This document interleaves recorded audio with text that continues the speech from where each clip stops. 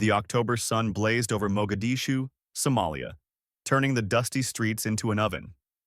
Inside the operations center at the American base, soldiers moved with quiet efficiency, checking equipment and reviewing maps. It was supposed to be a routine mission. Intelligence reports indicated that key members of Mohammed Farah Aidid's militia would be meeting in a building near the Bekra market. The plan was simple: fast rope from Black Hawk helicopters, secure the targets, and extract within 30 minutes. Chief Warrant Officer Mike Durant sat in the cockpit of his Black Hawk helicopter, running through his pre-flight checks. The rhythmic thump of rotor blades filled the air as multiple helicopters prepared for departure. Mike had flown dozens of missions over Somalia, supporting United Nations humanitarian operations that had gradually shifted into combat missions. He knew the risks. The streets below were a maze of narrow alleyways where thousands of armed militia could appear within minutes. The mission brief had been clear and confident. Delta Force operators and Army Rangers would handle the ground operation while the Black Hawks provided aerial support and transportation. Little Bird helicopters would offer close air support. Everything had been rehearsed. Everything had been planned down to the minute. But war has a way of destroying even the best plans. As the helicopters lifted off from the base, Mike felt the familiar rush of adrenaline. Below him, the urban sprawl of Mogadishu stretched in every direction. Smoke rose from cooking fires. People moved through the streets like ants. From this height, it almost looked peaceful. But Mike knew better. His hands moved automatically across the controls, keeping the Black Hawk steady as they flew toward the target building. The convoy of vehicles that would carry the assault force back to base was already moving through the streets, raising clouds of dust. The plan called for the helicopters to insert the soldiers, who would then raid the building and load prisoners into the convoy for the drive back. The Black Hawks would provide overhead security throughout the operation. When the helicopters reached the target area, soldiers fast roped down onto the street with practiced precision. Mike watched from above as they moved quickly toward the building, weapons ready. For the first few minutes, everything went according to plan. The assault team secured the building and began bringing out prisoners. The convoy was moving into position. Then the radio crackled with words that changed everything. "We got a Black Hawk going down. We got a Black Hawk going down." Mike's stomach tightened. One of the helicopters, call sign Super 61, had been hit by a rocket-propelled grenade. The aircraft was spinning as it descended, trailing smoke. Mike watched helplessly as it disappeared behind the buildings. The pilot fought for control until the very end, but the damage was too severe. The Black Hawk crashed into a narrow street several blocks from the target building. The situation transformed instantly from a controlled operation into a desperate rescue mission. The ground force commander immediately dispatched teams to reach the crash site. But the streets of Mogadishu had erupted. Word of the downed helicopter spread through the city like wildfire. Thousands of armed militia members began converging on the area. Militia fighters took positions on rooftops and in windows, creating deadly crossfire zones through every street. Mike continued flying his assigned pattern, providing aerial observation and occasional fire support. Below him, American soldiers were fighting through intense gunfire to reach the crash site. Every intersection became a battlefield. The narrow streets amplified the chaos. Bullets ricocheted off walls. Rocket-propelled grenades streaked through the air.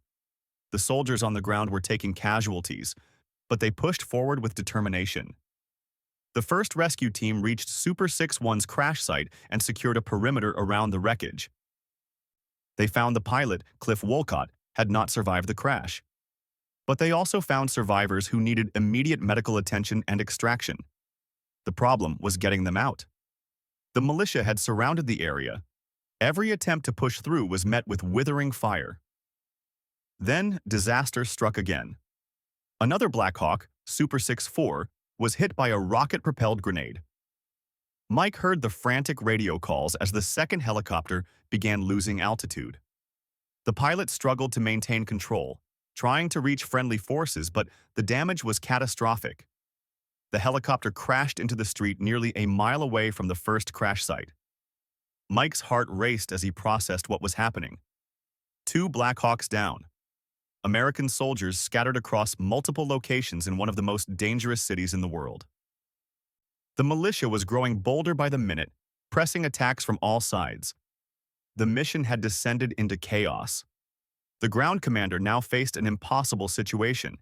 His forces were split between the original target building, the first crash site, and now needed to reach the second crash site. The convoy that was supposed to extract everyone had tried multiple times to reach the soldiers, but was turned back by heavy fire at every attempt. The vehicles were being destroyed one by one. The soldiers on the ground were running low on ammunition. Mike continued flying overhead, his mind racing through options. He could see the tactical situation deteriorating minute by minute. Small groups of soldiers were pinned down at various locations. The main force at the first crash site had formed a defensive perimeter, but they were surrounded. Hundreds of militia fighters were moving through the streets, setting up ambushes and firing positions. At the second crash site, the situation was even more desperate. The helicopter had crashed in an area completely controlled by the militia. Ground forces were fighting desperately to reach it, but they were more than a mile away and facing fierce resistance every step of the way. Time was running out for anyone who might have survived that crash. From his cockpit, Mike watched tracer rounds crisscrossing the streets below. Smoke rose from burning vehicles. The radio was a constant stream of urgent calls for support, requests for ammunition, and reports of casualties. Every pilot in the air that afternoon knew they were witnessing something unprecedented. What was supposed to be a 30-minute operation had turned into an urban battle, unlike anything American forces had faced in decades. The sun began its descent toward the horizon, and a new fear gripped everyone.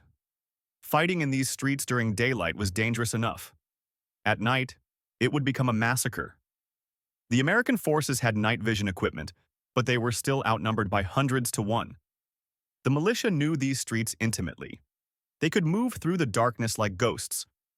The soldiers at the first crash site consolidated their position in buildings around the wreckage.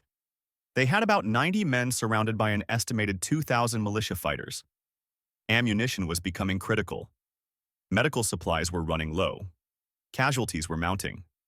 They needed help, and they needed it soon. Mike landed briefly to refuel and rearm. On the ground, he could see the tension in everyone's faces. The operations center was frantically coordinating with higher headquarters, trying to arrange for a rescue convoy.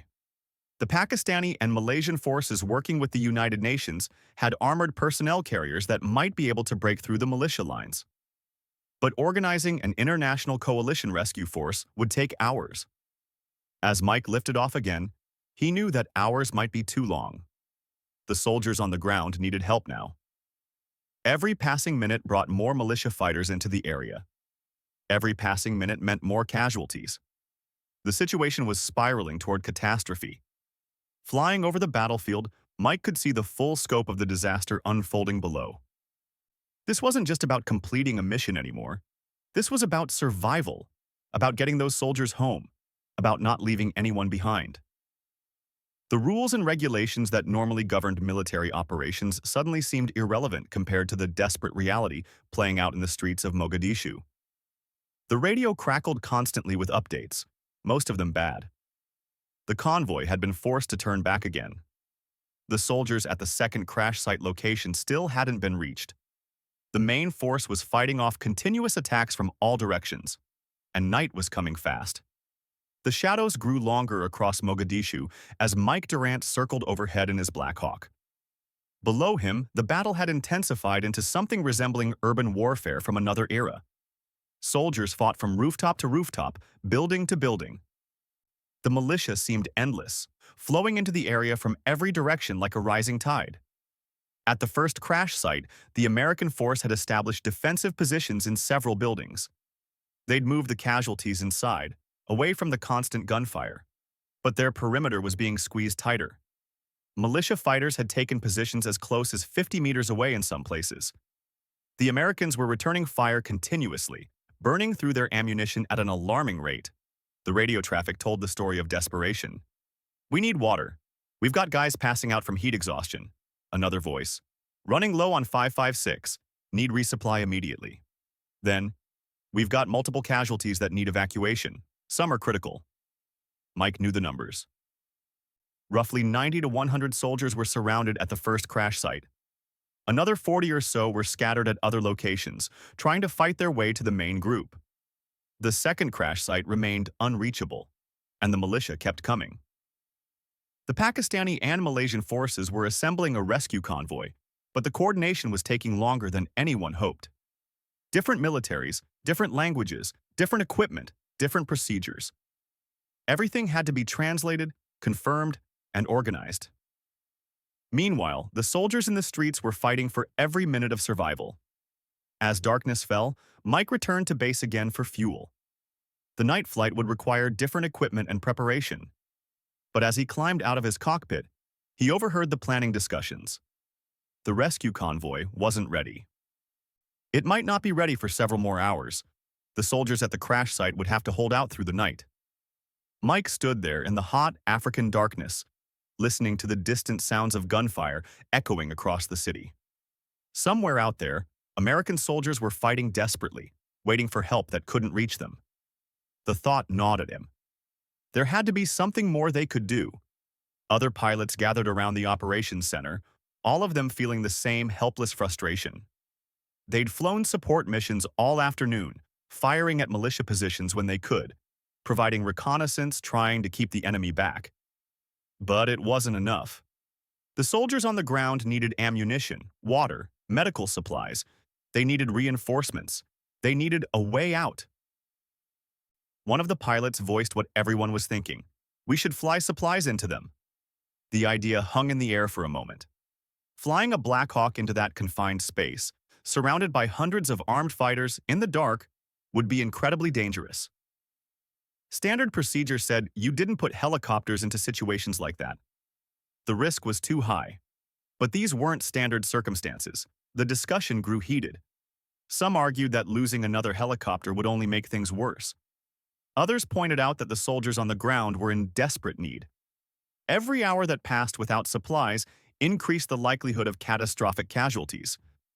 The debate went back and forth while the clock kept ticking. Mike listened to the arguments, his mind working through the tactical challenges. The streets near the crash site were narrow, hemmed in by buildings. Landing would be impossible in most places. The helicopter would be a massive target, visible to every militia fighter in the area. The rotor wash would kick up dust and debris, reducing visibility to almost zero. And they'd have to do it all while taking fire from multiple directions. But Mike also thought about the soldiers on the ground. He imagined them counting their remaining ammunition, watching the shadows for the next attack, caring for wounded friends with limited medical supplies. He thought about the promises soldiers make to each other. Never leave a man behind. The decision crystallized in Mike's mind with sudden clarity. Someone had to try. The risks were enormous, but the alternative, doing nothing while American soldiers potentially died from lack of supplies, was unacceptable. If he didn't volunteer, he'd spend the rest of his life wondering if he could have made a difference. Mike stepped forward and announced his decision. He would fly into the crash site area with supplies. The operations center went quiet. The commanding officers exchanged glances. This was beyond the normal scope of helicopter operations. This was putting the aircraft and crew directly into the most dangerous situation imaginable. But the situation itself was beyond normal. The planning began immediately. They'd load a Black Hawk with ammunition, water, medical supplies, and blood for transfusions. They'd fly in low and fast, using darkness for concealment. The crew would throw the supplies out before landing if necessary, or touch down just long enough to offload if they could find a spot. Then they'd get out before the militia could concentrate fire on them. Other crew members volunteered to go with Mike. Nobody wanted him to make the flight alone. They understood the risks, but they also understood the necessity. If American soldiers were trapped and surrounded, then other American soldiers would do whatever it took to help them. The Black Hawk was loaded quickly. Cases of ammunition, water containers, medical kits, and bags of blood were strapped down in the cabin. The crew tested their weapons and communications equipment. Night vision goggles were checked and rechecked. Everyone knew this would be one of the most dangerous flights any of them had ever attempted. Before takeoff, Mike received final intelligence updates. The situation at the crash site remained critical. The militia had launched several more attacks in the past hour, all beaten back but at the cost of precious ammunition. Several soldiers were seriously wounded. The perimeter was holding, but barely. Time was running out. Mike climbed into the cockpit and went through his pre-flight checks one more time. His hands moved automatically through the familiar routine, but his mind was already at the crash site, visualizing the approach, planning for contingencies. He'd only have one chance to get this right. There would be no opportunity for a second attempt. The engines roared to life, and the Black Hawk lifted into the night sky. Below, Mogadishu spread out like a constellation of small fires and scattered lights.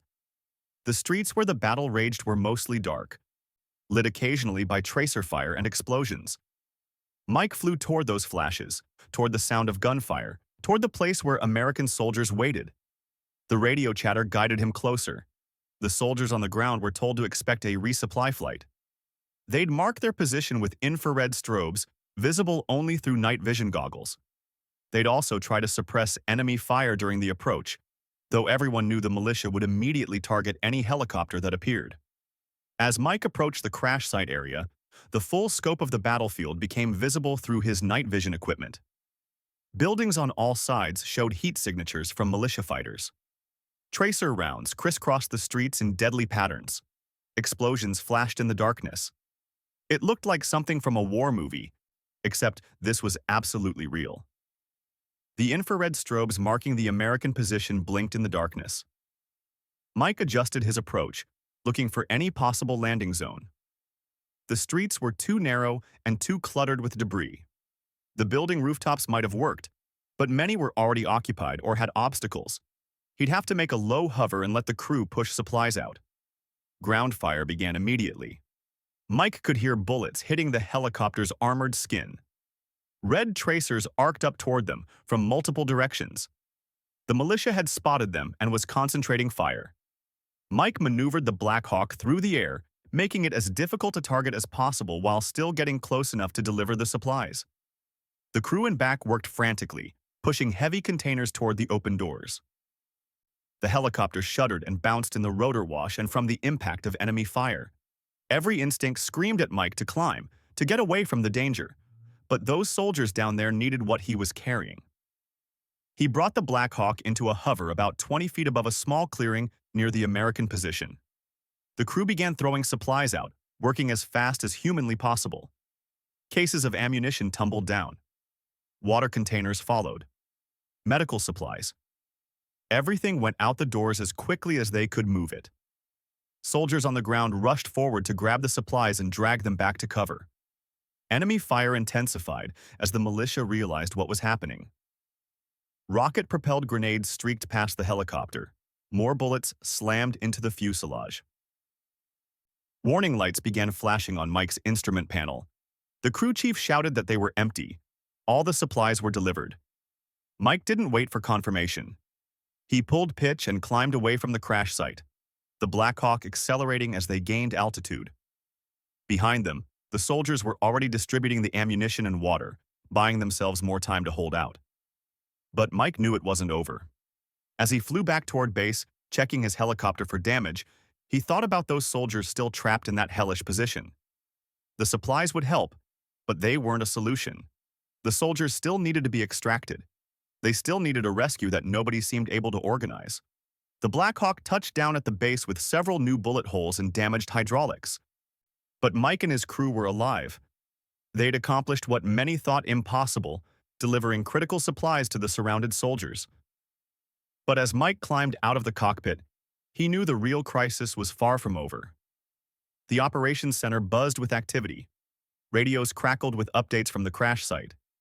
The ammunition Mike had delivered was already being put to use as the militia launched another assault. The soldiers were holding their ground, but the situation remained desperate. They'd been fighting for over 12 hours now. Exhaustion was setting in. Casualties continued to mount. The rescue convoy was finally coming together. Pakistani tanks, Malaysian armored personnel carriers, and American vehicles were assembling at a staging area. But the international nature of the force created complications. The different militaries had to coordinate their movements, their communications, their tactics. Every delay felt like an eternity to the soldiers waiting in the streets. Mike sat down briefly, drinking water and forcing himself to eat something. Around him, other pilots and crew members moved with grim purpose. Everyone understood that this night was far from over. The soldiers at the first crash site were holding, but the second crash site remained a mystery. Ground forces still hadn't reached it. Intelligence suggested the militia had completely overrun the position. The fate of that crew was unknown. As midnight approached, Mike volunteered for another mission. The surrounded soldiers needed more supplies. They were burning through ammunition faster than anyone had anticipated. The militia seemed to have unlimited numbers, attacking in waves throughout the night. Every assault was beaten back, but at a cost. This time, other helicopters joined Mike. They'd all fly together, providing mutual support and delivering supplies to multiple locations. The risks hadn't decreased, but the need was undeniable. Soldiers on the ground were depending on them. The second supply flight went better than the first. The militia seemed less prepared for multiple helicopters arriving simultaneously. The pilots used different approach routes, making it harder for the enemy to concentrate fire. Supplies were delivered successfully to the main position and to several smaller groups scattered around the area. But the flight also revealed how desperate the tactical situation had become. From the air, Mike could see militia forces gathering in enormous numbers. They weren't just defending the area anymore. They were preparing for a major assault. The ring around the American forces was tightening. Back at base after the second supply run, Mike learned that the rescue convoy was almost ready to move. The plan called for the international force to fight their way into the crash site area, load all the surrounded soldiers onto the armored vehicles, and fight their way back out. It was a bold plan, maybe the only plan that had any chance of working. The convoy began moving around 2 in the morning.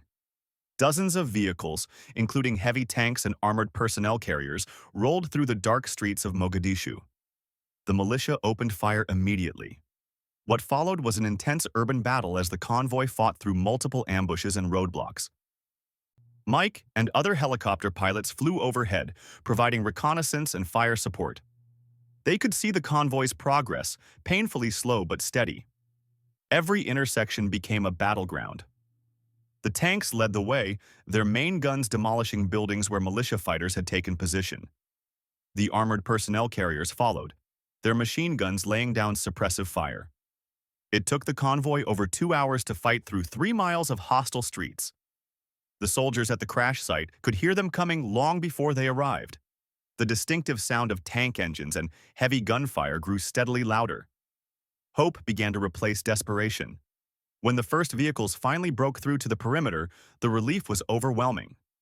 Soldiers rushed to load casualties onto the armored personnel carriers. The wounded went first, carefully lifted aboard by their comrades, then the walking wounded, then everyone else packed into every available space. But there was a problem. There weren't enough vehicles for everyone. The convoy commanders had underestimated how many soldiers needed extraction. Some men would have to run alongside the vehicles or ride on the exterior, completely exposed to enemy fire. The decision was made quickly. They'd evacuate as many as possible in the vehicles, and the rest would form a protective screen around the convoy on foot. It wasn't ideal, but they were out of options. Dawn was approaching, and staying in that position any longer was suicide. The convoy began the journey back with militia forces attacking from all sides. Soldiers riding on the outside of vehicles returned fire continuously. Those running alongside the convoy fought off attackers at close range. The battle through the streets was chaotic and brutal. Mike flew overhead, watching the convoy's progress, his heart in his throat. He could see militia fighters rushing toward the convoy from all directions. He could see American soldiers falling, wounded or killed in the desperate fighting. He directed fire support where he could, but the situation was too fluid, too close quarters for aerial weapons to be decisive. The convoy got separated at several points. Some vehicles took wrong turns in the confusing maze of streets. Groups of soldiers found themselves cut off from the main force. Small unit leaders made split-second decisions, fighting to rejoin the convoy or finding alternative routes back to the base. As dawn broke over Mogadishu, the battered convoy finally reached the relative safety of the stadium compound, controlled by the United Nations. Soldiers stumbled off the vehicles, some collapsing from exhaustion. Medical personnel rushed to treat the wounded.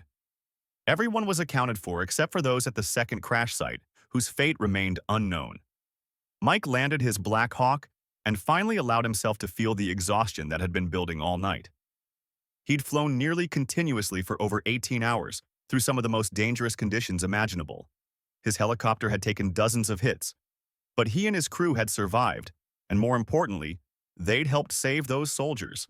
The full cost of the battle became clear in the following hours.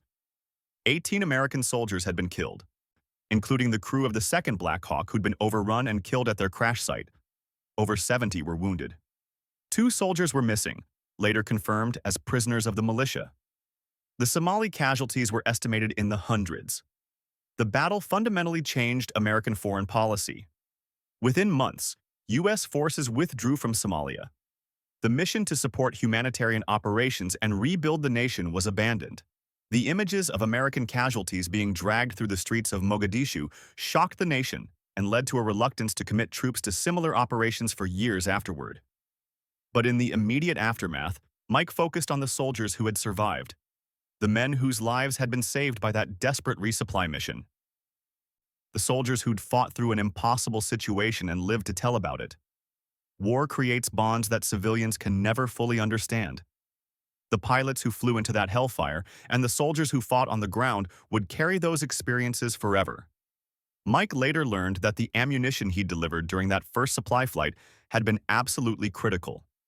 The soldiers at the crash site had been down to their last magazines when the supplies arrived. Without that resupply, they might not have been able to hold off the next militia assault. The water he'd brought had kept soldiers functioning in the intense heat. The medical supplies had saved lives. The military investigation into the battle identified numerous lessons about urban combat, helicopter vulnerability, and the dangers of mission creep. But it also highlighted acts of extraordinary courage. Pilots who flew into impossible situations, soldiers who fought against overwhelming odds, commanders who made difficult decisions under extreme pressure. Mike received recognition for his actions, though he always deflected praise toward his crew and the soldiers on the ground.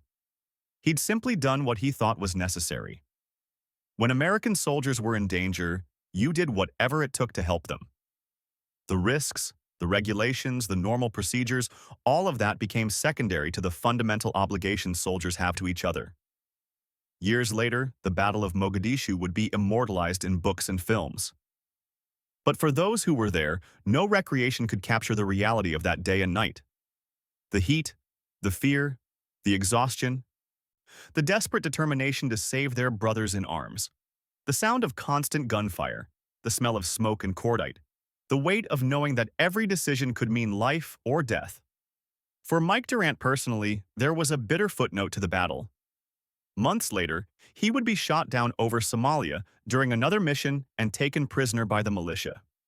He'd spend 11 days as a captive before being released. The image of his battered face would become one of the most recognizable photos from the entire Somalia intervention. But on this night, as Mike finally found a place to rest after the rescue convoy had returned, he thought about the mission differently. Not in terms of geopolitics or policy, not in terms of whether the American presence in Somalia was right or wrong. He thought about it in simpler terms: soldiers helping soldiers. Risking everything because the alternative, abandoning fellow Americans to their fate, was unthinkable. The 150 soldiers who'd been pinned down at that crash site went on to live full lives. They became fathers and grandfathers.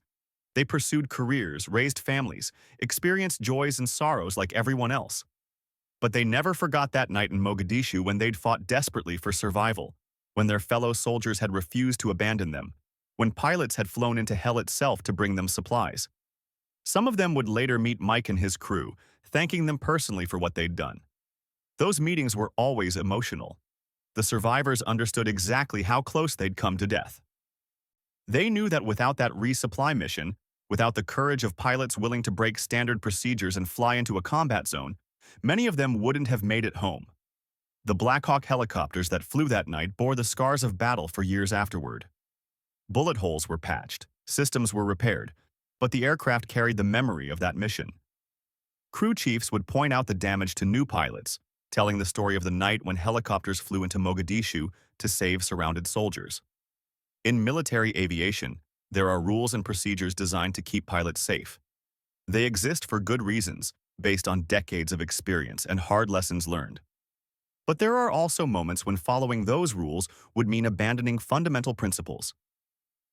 When the choice becomes following procedure or saving lives, some pilots choose lives. That's what Mike Durant did. He looked at an impossible situation and decided that impossible didn't matter. American soldiers needed help, and he had the means to deliver it. The risks were enormous, potentially catastrophic. But the need was absolute. So he flew into that darkness, into that storm of gunfire, and he delivered hope to soldiers who desperately needed it. The Battle of Mogadishu stands as one of the most intense urban combat actions in modern American military history. Historians debate the strategic decisions that led to it. Politicians argue about the lessons that should have been learned. But for the soldiers and pilots who were there, the meaning is simpler and more profound. They learned that courage isn't the absence of fear. It's acting despite fear when action is necessary. They learned that the bonds between soldiers transcend normal human relationships. They learned that sometimes the right thing to do is also the hardest thing to do. And they learned that when everything goes wrong, when the mission falls apart and chaos reigns, the only thing that matters is taking care of each other. Mike's decision to fly that resupply mission wasn't about medals or recognition. It wasn't about following or breaking regulations. It was about fundamental human decency expressed in the most extreme circumstances imaginable.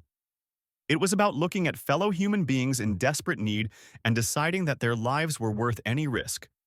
That principle, that willingness to sacrifice for others, is what ultimately defines the best of military service.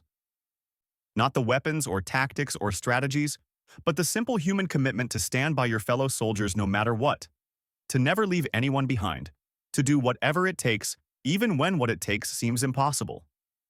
The sun rose over Mogadishu that morning on a changed city and changed soldiers. The battle had ended, but its echoes would reverberate for decades. For 150 soldiers who'd been pinned down, surrounded, and fighting for their lives, that sunrise meant something precious. They'd survived. They'd made it through the darkness. And they'd done it together, with the help of pilots brave enough to fly into hell to bring them hope.